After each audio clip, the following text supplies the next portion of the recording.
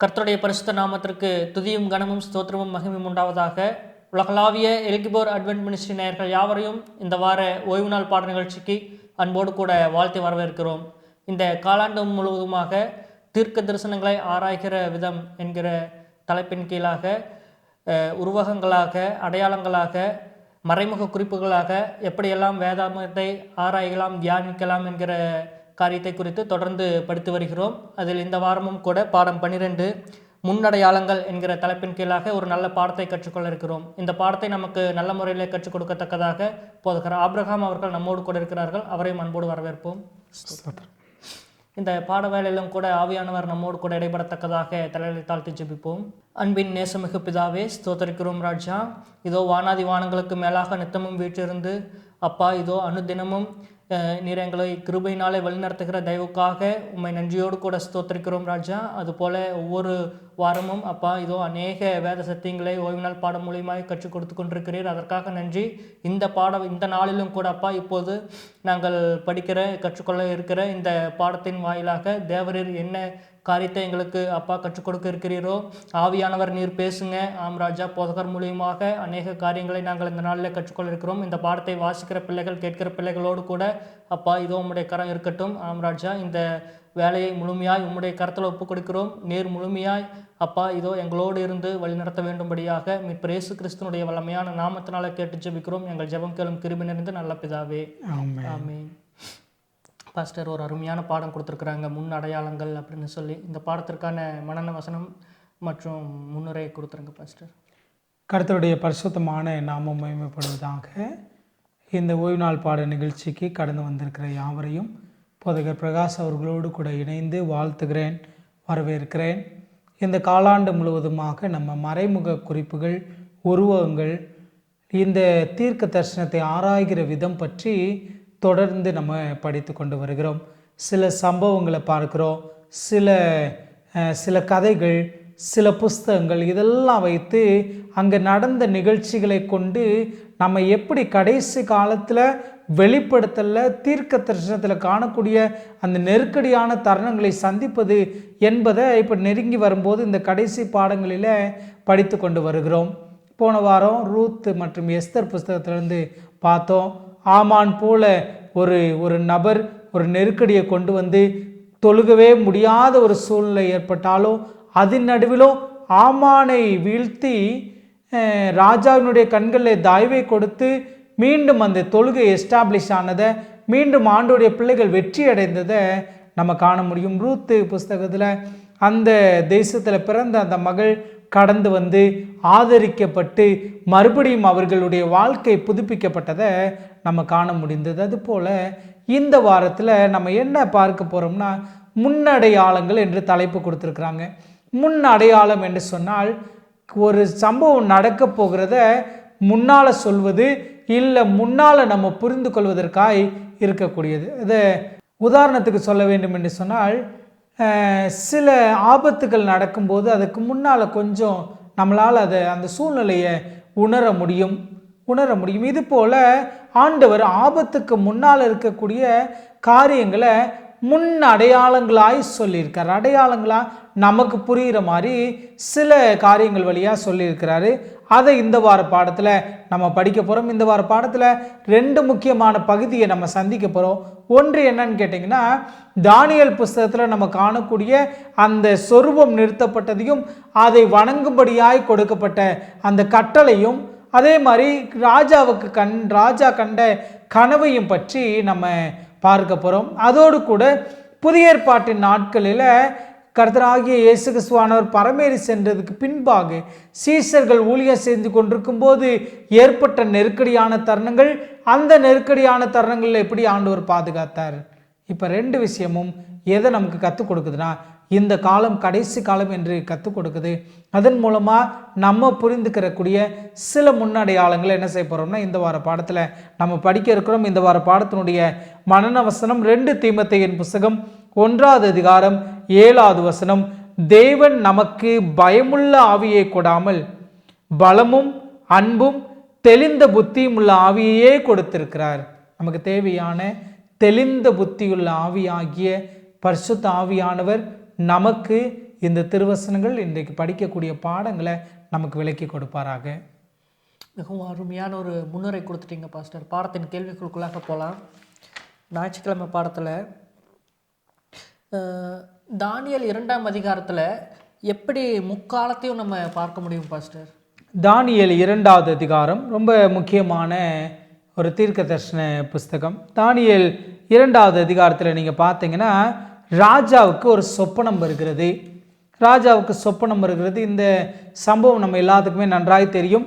சொப்பனம் வருகிறது. அந்த சொப்பனத்தில் ஒரு தோற்றம் கொடுக்கப்படுகிறது. அந்த தோற்றத்தில் ஒவ்வொரு உலோகங்கள் ஒவ்வொரு நிலையாக இருக்கிறது. கடைசியாக இரும்பும் களிமண்ணும் சேர்ந்த நிலை இருக்கிறது. அந்த இரும்பும் களிமண்ணும் சேர்ந்தது ஐரோப்பா தேசம் என்று சொல்லி நம்ம தீர்க்க தரிசனத்தில் படித்திருக்கிறோம். அந்த ஐரோப்பா நாடுகள் கொஞ்சம் கொஞ்சமாக பிரிஞ்சு ஒன்றோடு ஒன்று தொடர்பில்லாத ஒரு நிலைமையை நம்ம காண முடியும். 43வது வசனம், தானியேல் 2:43 வாசிக்கிறேன். நீ இரும்பை களிமண்ணோடு கலந்ததாக கண்டீரே, அவர்கள் மற்ற மனுஷரோடே சம்பந்தம் கலப்பார்கள். ஆகிலும் இதோ களிமண்ணோடே இரும்பு கலவாதது போல அவர்கள் ஒருவரோடொருவர் ஒட்டி கொள்ளாதிருப்பார்கள். இப்போ ஒரு இணையாக என்ன சொல்லனா, இணைந்து கொள்ளாத ஒரு என்ன சொல்லனா, தொடர்பில்லாத ஒரு தொடர்பில் இருப்பாங்க. இங்கே ஆசிரியர் ஒரு உதாரணத்தை கொடுத்திருக்கிறார். 1917வது ஆண்டில் பிரிட்டிஷில் வின்சர் வீட்டார் என்று சொல்லி ஒரு குரூப் இருக்கிறாங்க. அவர்கள் என்ன செய்கிறாங்கன்னா, அவர்கள் சக மனிதர்களோடு அந்த என்ன சொல்லனா, அந்த ராஜ குடும்பம் சக மனிதர்களோடு கூட கலந்து அவங்களோடு சம்பந்தம் கலந்து அவங்ககிட்ட இருந்து பெண் எடுத்து பெண் கொடுத்து இப்படியா இருந்து கொண்டிருக்கிறாங்க. திடீர்னு ஒரு குழப்பம் ஏற்பட்டு அவர்களுக்குள்ளாய் ஒரு பிரிவு ஏற்பட்டு மறுபடியுமாய் அவங்க என்ன செஞ்சாங்களா, வின்ஸ்டர் வீட்டார் என்று சொல்லி மறுபடியும் அந்த பெயரை அவங்களே வைத்து கொண்டாங்களாம். இந்த கதை, இந்த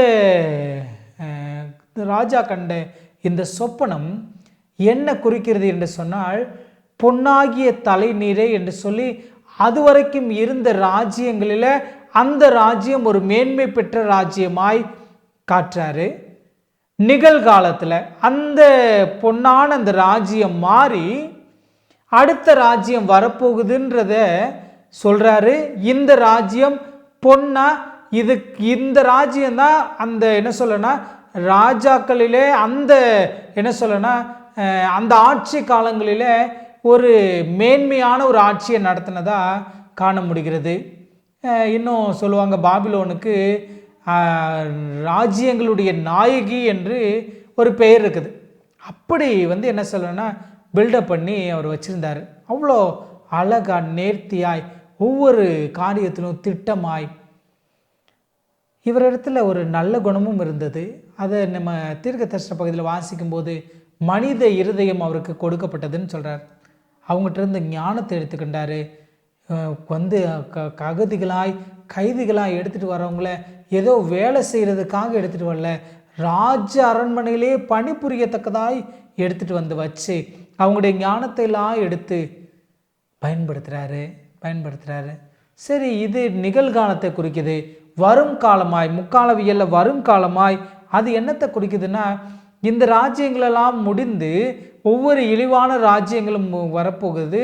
அந்த இழிவான ராஜ்யங்களுடைய நிறைவில் இந்த ராஜ்யத்தையெல்லாம் உடைத்து போடும்படியாய் ராஜாதி ராஜாவாய் கர்த்தாதி கர்த்தராகிய ஆண்டவர் வரப்போகிறார் என்பதை அடையாளமாக காட்டுது. 3 காலத்தையும் இந்த தானியேல் 2வது அதிகாரத்தில் நம்ம காண முடியும். அடுத்த கேள்வியில் தானியேல் 3வது அதிகாரத்தில் காணப்போகிறத நம்ம பார்க்க போகிறோம்.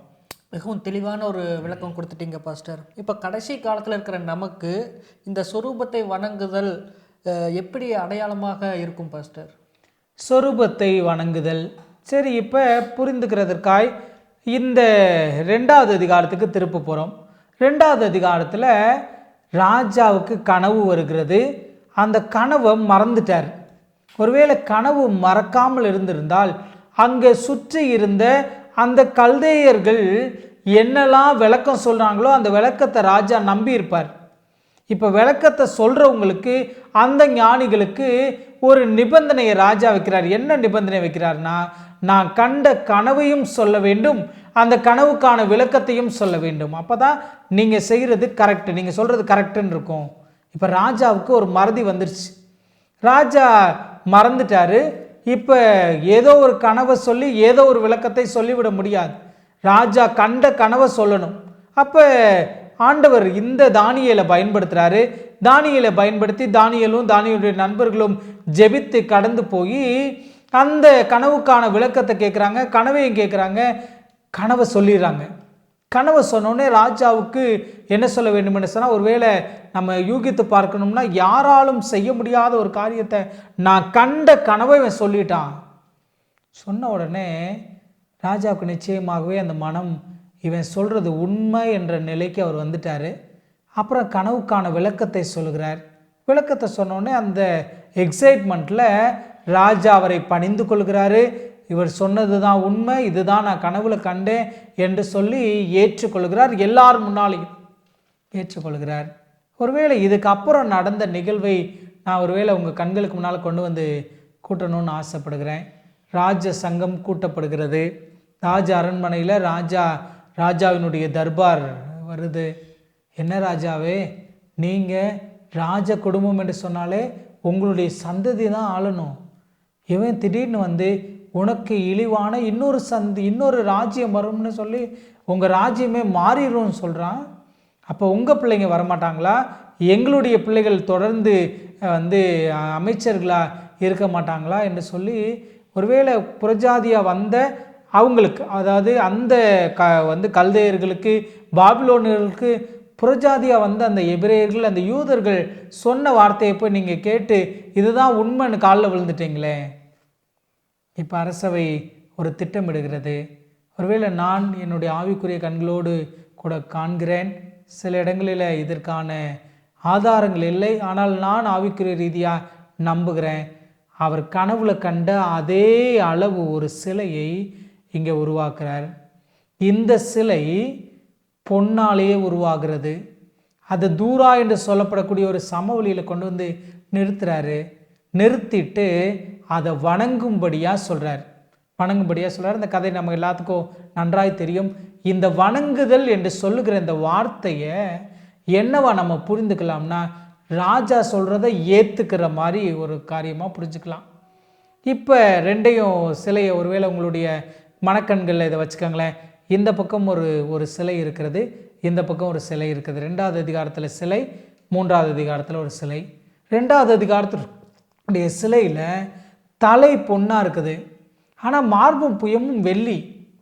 உன்னை விட இழிவான ஒரு ராஜ்யம் வந்துடும் சொல்கிறாரு. இப்போ இந்த சிலையினுடைய மார்பும் புயத்தையும் நீங்கள் பார்த்தீங்கன்னா அது வெள்ளி இல்லை, அது பொண்ணு தான் இருக்குது. அதுக்கப்புறம் இடுப்பும் தொடையும் வயிறு கால் வரைக்கும் பாதம் வரைக்கும் இரும்பு களிமண் எல்லாம் இந்த 2வது அதிகாரத்தில் இருக்குது. ஆனால் 3வது அதிகாரத்தில் பார்த்தீங்கன்னா தலை தொடங்கி பாதம் வரைக்கும் யார் தான் இருக்குன்னா பொண்ணு தான் இருக்கிற. பொண்ணாகிய தலை நீரேன்னு சொன்னால் உனக்கு அப்புறம் ஓம் பிள்ளைக்கு தான் ஆட்சி பண்ணுவாங்க. மார்பும் புயமும் பொண்ணு தான், வயிறும் தொடையும் பொண்ணு தான், காலும் பொண்ணு தான், காலுக்கு வந்து விரல்களும் பொண்ணு தான். ஓ ராஜ்யம்தான் நித்தியமாக வரும்னு எல்லார் முன்னால் சொல்லி அதை ஏற்றுக்கொள்ளும்படியாய் பண்ணிக்கிறாங்க. எனக்கு அன்பான தெய்வ பிள்ளைகளை, அங்கே ஆண்டவருடைய பிள்ளைங்க நிற்கிறாங்க. அவங்க விசுவாசத்தை இங்கே காண முடிகிறது. ராஜாவை பார்த்து சொல்கிறாங்க, ஒரு காம்ப்ரமைஸாக சொல்லலை. ராஜா பார்த்து சொல்கிறாங்க, ராஜாவே நீர் நிறுத்தின சிலையை நாங்கள் வணங்க மாட்டோம். அக்னி 7 மடங்கு அதிகமாகிறது. 7 மடங்கு அதிகமானாலும் நீர் நிறுத்தின பொற்சிலையை நாங்கள் வணங்க மாட்டோம். ஏன்னா நாங்கள் ஆராதிக்கிற எங்கள் தேவன் எங்களை தப்புவிக்க வல்லவராக இருக்கிறார். அப்படியே தப்புவியாமல் போனாலும் நீர் நிறுத்தின சிலையை வணங்க மாட்டோம்னு உறுதியாக நின்றாங்க. கடைசி காலத்தில் வாழக்கூடிய நமக்கு இந்த சத்தியம் என்ன சொல்லி கொடுக்குதுன்னா, திடீர்னு ஆண்டவர் வரப்போகிறான்னு சொன்னால் இல்லை, ஆண்டவர் வரமாட்டார், இந்த ராஜ்யம்தான் இருக்கும், நாங்கள் தான் ஆள போகிறோம், எங்களுக்கு நீங்கள் கீழ்ப்படிஞ்சு தான் இருக்க வேண்டும் என்று சொல்லி அரசாங்கம் சட்டம் போட போகிறது. அதை ஏற்றுக்கிறபடியாய் அதை பணிந்து கொள்ள நமக்கு நிர்பந்தம் வரப்போகிறது. அந்த நிர்பந்தத்தில் நீங்களும் நானும் நிற்க வேண்டும். இந்த ஆசிரியர் அழகாக கொடுத்துருக்கிறாரு. பல பேர் என்னிடத்துல கிராமப்புறங்களில் கேட்ட ஒரு கேள்வி கூட இதுதான் அப்படி நிற்கும்போது அப்படியே வணங்குற மாதிரி இல்லாமல் கால் அரிக்குதுன்னு கீழே சொரிஞ்ச மாதிரி குனிஞ்சிருக்கலாமே, இல்லை கீழே ஒரு கல்லை போட்டுட்டு கல்லை எடுக்கிற மாதிரி, இல்லை பேனா விழுந்துருச்சு அப்படின்ற மாதிரி நடிச்சிருக்கலாமே. அவர்கள் ஒருவேளை நான் ஆவிக்குரிய கண்களோடு கூட பார்க்குறேன், காலில் அரிப்பு ஏற்பட்டிருந்தா கூட நாங்கள் வணங்கலை, நாங்கள் இதை ஏற்றுக்கொள்ளலைன்றதுக்கு உறுதியாக நின்றுப்பாங்க. அதே போல் நாமும் கடைசி காலத்தில் ஏதோ வெளிப்படையாக தெரியாமல் மறைமுகமாக அப்படியெல்லாம் இல்லாமல் ஒரு வெட்ட வெளிச்சமான காலம் வரப்போகிறது. அன்றைக்கு ஆண்டவர் வேறு பிரிக்க போகிறார். அந்த ட்ரிபுலேஷனில், அந்த நெருக்கடியான தருணத்தில் ஆண்டவர் வேறு பிரிக்கும் போது நான் சத்தியத்திற்காய் நிற்கிறேன், நான் ஆராதிக்கிற என் தேவன் என்னை தப்பு வைக்க வல்லவராக இருக்கிறாரு, அப்படி தப்பு வைக்கலைன்னா நான் இரத்த சாட்சியாக மறிக்கிறேன் என்று சொல்லக்கூடிய அந்த உறுதியை நம்ம பெற்றுக்கொள்வதற்கு இந்த அதிகாரம் நமக்கு பெரிய உதவியாக இருக்குது. நல்ல ஒரு தெளிவான விளக்கம் கொடுத்துட்டீங்க பாஸ்டர். இப்போது இந்த ஒரு கேள்வி, சொரூபத்தை வணங்குதல், இதற்கான விளக்கம் கொடுத்தீங்க. இப்போ இதனுடைய தொடர்ச்சியாக அப்படியே மீண்டும் மிருகத்தின் சொரூபத்தை வணங்குதல் அப்படின்னு சொல்கிறது அது என்ன பாஸ்டர்? இப்போ அங்கே பார்த்தீங்கன்னா ஒரு சிலை நிறுத்தப்படுகிறது, அதை வணங்கும்படியாக பணிக்கப்படுகிறது. இதுதான் உன் மெய்யான ராஜ்யம், இந்த ராஜ்யம் தான் இருக்கும் நாங்கள் ஏற்றுக்கிட்ட மாதிரி வெளிப்படுத்தல் புஸ்தகத்தில் இந்த காயப்பட்ட இந்த மிருகம் சொஸ்தமாகி அந்த மிருகமும் வலு சர்ப்பமும் சேர்ந்து ஒன்று சேர்ந்து என்ன செய்ய போகுதுன்னா சகல ஜனங்களையும் வணங்க செய்ய போகிறது. இது இன்னொரு பரிணாமமாய் அதை ஹிஸ்ட்ரியை சொல்லும்போது சொல்லுவாங்க, ஹிஸ்ட்ரி ரிப்பீட்ஸ்ன்னு சொல்லுவாங்க. அதுபோல் அன்றைக்கு வணங்கும்படியாக ஏற்பட்ட அந்த நிலைமை மறுபடியும் வரப்போகிறது. இதை சிம்பிளாக சொல்லணும்னா, அந்த தூரா சமூரியில் நிறுத்திட்டு அந்த சிலையினுடைய பிரதிஷ்டைக்காய் அழைச்சாங்கன்னு இருக்கும். அங்கே வணங்க சொல்கிற மாதிரி வார்த்தைகள் இருக்காது, பிரதிஷ்டைக்காய் அழைச்சாங்கன்னு இருக்கும். அழைத்து வந்ததுக்கப்புறம் அவர்கள் வணங்கும்படியாய் கட்டளை பிறப்பிக்கப்பட்டது. அதே போல் இன்றைக்கு இருக்கக்கூடிய இந்த உலகம் நம்ம எல்லாம் ஏதாவது ஒரு நெட்வொர்க்கில், ஏதாவது ஒரு இதில் அவங்க பிடிக்குள்ளாய் கொண்டு வந்து கொண்டிருக்கிறது. இது இல்லாமல் செய்ய முடியாது என்ற நிலைமை வந்து கொண்டிருக்கிறது. ஒருவேளை எனக்கு அன்பான தேவ பிள்ளைகளை, மிருகத்தையும் அதன் சொரூபத்தையும் வணங்க ஒரு நிர்பந்தம் வரப்போகிறது. ரோமர் 1 அதிகாரம் 18 வசனத்தை வாசிக்கலாம். ரோமர் 1:18 நம்ம வாசித்தோம்னா, சத்தியத்தை அநியாயத்தினாலே அடக்கி வைக்கிற மனுஷனுடைய எல்லாவித அவபக்திக்கும் அநியாயத்திற்கும் விரோதமாய் தேவ கோபம் வானத்திலிருந்து வெளிப்படத்தக்கதாய் இருக்கிறது. இப்போ ஆண்டவர் அந்த சூழ்நிலையில் தேவ கோபத்தை அனுமதிக்க போகிறார். தேவ கோபம் வரும்போது நாம இந்த சாத்ராக் மேஷாக் ஆபேத்நேகோவை போல நீங்களும் நானும் நிற்க வேண்டும். அங்கே எனக்கு ஒரு வார்த்தை ரொம்ப பிடிக்கும், இவ்விதமாய் ரட்சிக்கத்தக்க தேவன் வேறு ஒருவரும் இல்லைன்னு சொல்லுவாங்க. அந்த ராஜா சொல்லுவான், இவ்விதமாய் ரட்சிக்கத்தக்க தேவன், இவ்விதமாய் என்று சொல்லக்கூடிய வார்த்தையை நான் அப்படியே பின்னால் இருந்து சொல்லுகிறேன். ஆசரிப்பு கூடாரத்தை கொடுத்து அவங்க செஞ்ச பாவத்திற்கு ஒரு மீட்பை கொடுக்கும்படியா, அவங்க செஞ்ச பாவத்திற்கு நிவாரணத்தை கொடுக்கும்படியா, பாவ நிவாரணத்தை அனுமதித்து அதன் வழியாய் தெய்வ பிரசன்னமாகி அவங்களுக்கு கற்றுக் கொடுத்து அவ்விதமாக பாதுகாத்தாரு. அதுக்கப்புறம் அந்த பூமியில் அவர் வந்து பிறந்து மரித்து நமக்காய் பாடுகளெல்லாம் அனுபவித்து ரத்தம் சிந்தி அவ்விதமாக நமக்காய் அவர் செஞ்சார். வரப்போகிற காலத்திலையும் இந்த நெருக்கடியான தருணத்திலும் நம்மை ஆண்டவர் கண்ணினிமை போல பாதுகாக்க போகிறார். நிச்சயமாய் பாதுகாப்பார். இவ்விதமாய் ரட்சிக்கத்தக்கதவை தேவன் வேறொருவரும் இல்லை என்று சொன்னார். அவ்விதமாக ஆண்டவர் நம்மை கண்டிப்பாக ரட்சிக்க போகிறாரு. அந்த ரட்சிப்பின் அனுபவத்தை பெற்றுக்கொள்வதற்கு ஏனோ தானோன்னு வாழ்ந்தோம்னா கிடைக்காது, நடித்தோம்னா கிடைக்காது.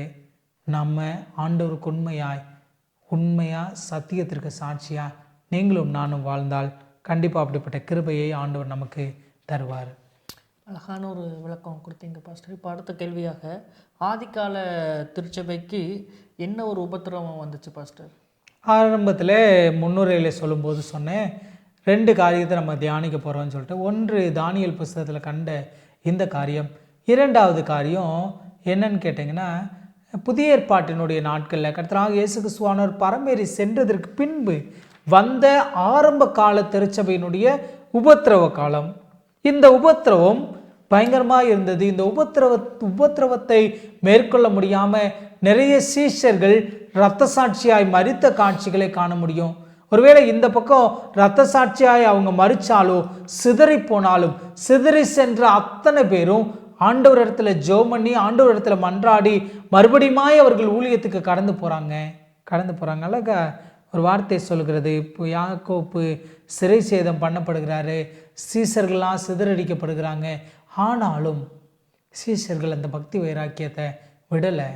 எனக்கு அன்பான தேவ பிள்ளைகளை, நமக்கும் கூட ஒருவேளை இந்த கடைசி காலம் அப்படி தான் இருக்க போகிறது. கடைசி காலத்தில் நெருக்கடியாக சத்தியத்தை சொல்ல முடியாமல், வார்த்தைகளை சொல்ல முடியாமல், இன்றைக்கி இருக்கக்கூடிய இந்த லிபர்ட்டி இல்லாமல் போயிடும். அதற்கு நேராக இந்த உலகம் நம்மை நகர்த்தி கொண்டிருக்கிறது. இன்றைக்கு இன்டர்நெட் மூலமாக நம்மளை அவங்களால கண்ட்ரோல் பண்ண முடியும். நம்மளுடைய பேங்கிங் மூலமாக நம்மளை கண்ட்ரோல் பண்ண முடியும். நம்முடைய ஆதார் மூலமாக நம்மளை கண்ட்ரோல் பண்ண முடியும்.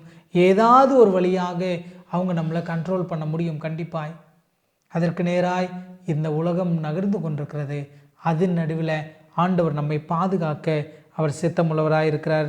பேதுரு நேரத்தில் ஒரு காரியத்தை சொன்னதை நான் வாசிக்கணும்னு ஆசைப்படுகிறேன். பேதுரு யோவான் 21 அதிகாரத்தில் என் ஆடுகளை மேய்ப்பாயாக என்று பேதுருக்கு சொன்ன ஆண்டவர் அதுக்கப்புறம் சொல்கிறாரு, நீ இளவயதுள்ளவனாய் இருந்தபோது உன்னை நீயே அரை கட்டி கொண்டு உனக்கு இஷ்டமான இடத்துல நடந்து திரிந்தாய். நீ முதிர் வயதுள்ளவனாகும்போது உன் கைகளை நீட்டுவாய். வேறொருவன் உன் அறையை கட்டி உனக்கு இஷ்டமில்லாத இடத்திற்கு உன்னை கொண்டு போவான் என்று மெய்யாகவே உனக்கு சொல்லுகிறேன். ஆண்டவர் முன்னாலேயே சொல்லிட்டாரு. இந்த பாடுகளெல்லாம் அனுபவிக்கணும்னு சொல்லிட்டாரு. பாடுகளை அனுபவிக்க அனுமதித்த ஆண்டவர் அப்படியே விட்டுட்டாரான்னு கேட்டிங்கன்னா இல்லை. பவுல் இந்த காட்சியை சொல்கிறாரு. நல்ல போராட்டத்தை போராடினேன், ஓட்டத்தை முடித்தேன், விசுவாசத்தை காத்து கொண்டேன், நீதியின் கிரீடம் எனக்காய் வைக்கப்பட்டிருக்கிறது. அவருடைய கண்களோடு கூட என்னுடைய கண்ணை நான் வச்சு பார்க்கணுன்னு ஆசைப்பட்றேன். அந்த நீதியின் கிரீடத்தில் எனக்காய் வைக்கப்பட்டிருக்குதுன்னு சொன்னார்ல, அதில் ஒருவேளை நான் என்னுடைய ஆவிக்குரிய கண்களோடு அது கற்பனையாக கூட இருக்கலாம். அங்கே பவுல்னு பேர் எழுதின அந்த கிரீடம் இருக்குது. பவுலுக்கு கொடுக்க வேண்டிய கிரீடம் இருக்குது. அதோடு பவுல் நிறுத்தலை, சொல்கிறாரு எனக்கு மாத்திரமல்ல அவருடைய பிரசன்னமாகுதலை விரும்புகிற எல்லாருக்கும் வச்சுருக்கிறாரு. ஒரு கிரீடத்தை மாத்திரம் பார்க்கல, நிறைய கிரீடத்தை பார்க்குறாரு. அந்த கிரீடங்கள் எல்லாம் எனக்காய் ஆயத்தமாய் பரதேசியில் வைக்கப்பட்டிருக்கிறது. பரதேசின்னு சொன்னால் ராயல் பார்க்குன்னு சொல்லுவாங்க. ராயல் பார்க்கில் தான் கொரோனேஷன் பண்ணுவாங்க ராஜாக்களுடைய நாட்களில். கொரோனேஷன் என்று சொன்னால் மணிமகுடம் சூட்டுதல். ஆண்டவருடைய ரூலர்ஸா, ஆண்டவரோடு கூட இணைந்து இந்த உலகத்தை ஆளப்போகிறவர்களாக நீங்களும் நானும் அந்த கிரீடம் சூட்டப்பட போகிறோம். அந்த கிரீடத்தை சூட்டுவதற்கு ஆண்டவர் சில நேரம் ஆதிகால திருச்சபைக்கு உபத்திரவத்தை அனுமதித்தது போல நமக்கு உபத்திரவத்தை அனுமதிக்கலாம். இந்த உபத்திரவத்துக்கு நடுவில் நாம் உண்மையுள்ளவர்களா, மிருகத்தின் முத்திரையை தரிக்காதவர்களா? அதுதான் கடைசி கேள்வி. மிருகத்தின் முத்திரை தரிக்காமல் இருக்கிறது தான் கடைசி காலத்தில் வாழ்கிற பரிசுத்தவான்களுக்கு அடையாளமாய் காட்டப்படுகிறது. இந்த நெருக்கடியான தருணத்தில், இந்த ட்ரிபுலேஷனில், இந்த நேரத்தில் நான் முத்திரையை பெற்றுக்கிற போகிறேன்னா, முத்திரைப்படாமல் தவிர்க்க போகிறேன்னா? ஆண்டவரை விசுவாசித்து ஆண்டவர் என்னை மீட்டுக்கொள்வார், நான் அந்த மிருகத்தின் முத்திரையை தரிக்க மாட்டேன், மிருகத்தை வணங்க மாட்டேன் என்று உறுதியாய் நின்றோம் என்று சொன்னார். கண்டிப்பாக நம்மை பாதுகாக்க ஆண்டவர் சித்தமாக இருக்கிறார். நம்மோடு கூட அவர் இடைப்பட்டு நம்மை சத்தியத்துக்கு நேராய் வழி நடத்த அவர் துணையாக இருக்கிறார். சங்கீதக்காரனாகிய தாவீது எழுதுறது போல, உங்கள் பாதம் கல்லிடாதபடிக்கு தேவதூதர்கள் நிச்சயமாய் நம்மை அவருடைய கரங்களில் ஏந்தி கொண்டு போவார்கள். அன்றைக்கு ஓய்வு நாளில் அற்புதங்கள் செய்ததுனால ஆண்டவருக்கு நிறைய நெருக்கடிகள் வந்தது. ஓய்வு நாளில் அற்புதம் செஞ்சது தான் ரொம்ப கிரிட்டிசைஸ் பண்ணாங்க. இந்த ஓய்வு நாள் ஆசரிப்பை தடுக்கக்கூடிய காரியம்தான் மிருகத்தின் முத்திரையாய் வரப்போகிறது. அன்றைக்கு மலைகளுக்கும் குன்றுகளுக்கும் ஓடி போகுவோம். இருக்கிற எந்த காரியத்தை நான் விட்டாலும் பரவாயில்ல, எனக்கு ஆண்டவர் மாத்திரம் போதும் என்று நிற்கிற அந்த கூட்டத்தில் நீங்களும் நானும் இருக்க வேண்டும் என்பது தான் நம்முடைய வாஞ்சியாக இருக்கிறது. அப்படிப்பட்ட பலத்தை கர்த்தர் நமக்கு நிச்சயமாய் தருவாராக. தலைகளை தாழ்த்தி ஜெபம் செய்வோம். எங்களை நேசிக்கிற எங்கள் பரலோகத்தின் நல்ல தகப்பனே, நன்றி ஆண்டவரே. இந்த பாடங்களுக்காக ஸ்தோத்திரம். இந்த பாடங்கள் எங்களுக்கு ஒரு தைரியத்தை கொடுக்கிறது. அன்றைக்கு சாத்ராக், மேஷாக், ஆபேத்நேகோ அந்த எரிகிற அக்கினி சூளையில் போடப்படும் போது, அந்த அக்கினி சூளையில் அவர்களை பாதுகாக்க அவர்களுக்கு நடுவில் நீர் வந்து, என் ஆண்டவரே, ராஜா தன்னுடைய வார்த்தையில் சொன்னானே, இவ்விதமாய் ரட்சிக்கத்தக்க தேவன் வேறு ஒருவரும் இல்லைன்னு. அதே போல் நாங்களெல்லாம் ரட்சிக்கப்பட்டு பரலோக ராஜ்யத்துக்கு கடந்து வரும்போது தெய்வ சேனைக்கு முன்பாக, தூதர்கள் அத்தனை பேருக்கு முன்பாக இவ்விதமாய் ரட்சிக்கத்தக்க தேவன் வேறு யாருமே இல்லை என்று தேவதூதர்கள் எல்லாமே சொல்ல போகிறாங்களே, நாங்களும் சொல்ல போகிறோமே. அதற்காய் நன்றி. அப்படிப்பட்ட கிருபைகளை எங்கள் ஒவ்வொருவருக்கும் தரும்படியாய் நாங்கள் ஜெபிக்கிறோம். அந்த பாடத்தை பார்த்து கொண்டிருக்கிற, கேட்டுக்கொண்டிருக்கிற ஒவ்வொருவரையும் கர்த்தர் ஆசீர்வதிங்க. கிறிஸ்து இயேசுவின் வழியாய் ஜெபிக்கிறோம். எங்கள் ஜெபம் கேளும் ஜீவன் உள்ள நல்ல பிதாவே, ஆமென். கிறிஸ்து இயேசுவின் நாமத்தினால மீண்டுமாக உங்களை வாழ்த்துகிறேன். இது வல்லமையுள்ள தேவனுடைய ஊழிய பணியில் எல்கிபோர் அட்வென்ட் மினிஸ்ட்ரி. இது போன்ற நல்ல சத்தியங்கள் அடங்கிய நிகழ்ச்சிகள் தொடர்ந்து உங்களுடைய யூடியூப் பக்கங்களுக்கு வர எங்களுடைய சேனலை சப்ஸ்கிரைப் பண்ணுங்கள். இந்த நிகழ்ச்சிகள் உங்களுக்கு பிடித்திருக்குமானால் லைக் செய்யுங்கள். இது உங்களுடைய உறவினர்கள், நண்பர்களுக்கு உபயோகமாகும் என்று நினைத்தீர்களானால் அவர்களுக்கும் பகிருங்கள். ஏதாவது கேள்விகள், சந்தேகங்கள் இருக்குமானால் கமெண்ட் செக்ஷனில் பதிவிடுங்கள். தேவன் தாமே உங்கள் யாவரையும் ஆசீர்வதித்து பலப்படுத்துவாராக. ஆமென்.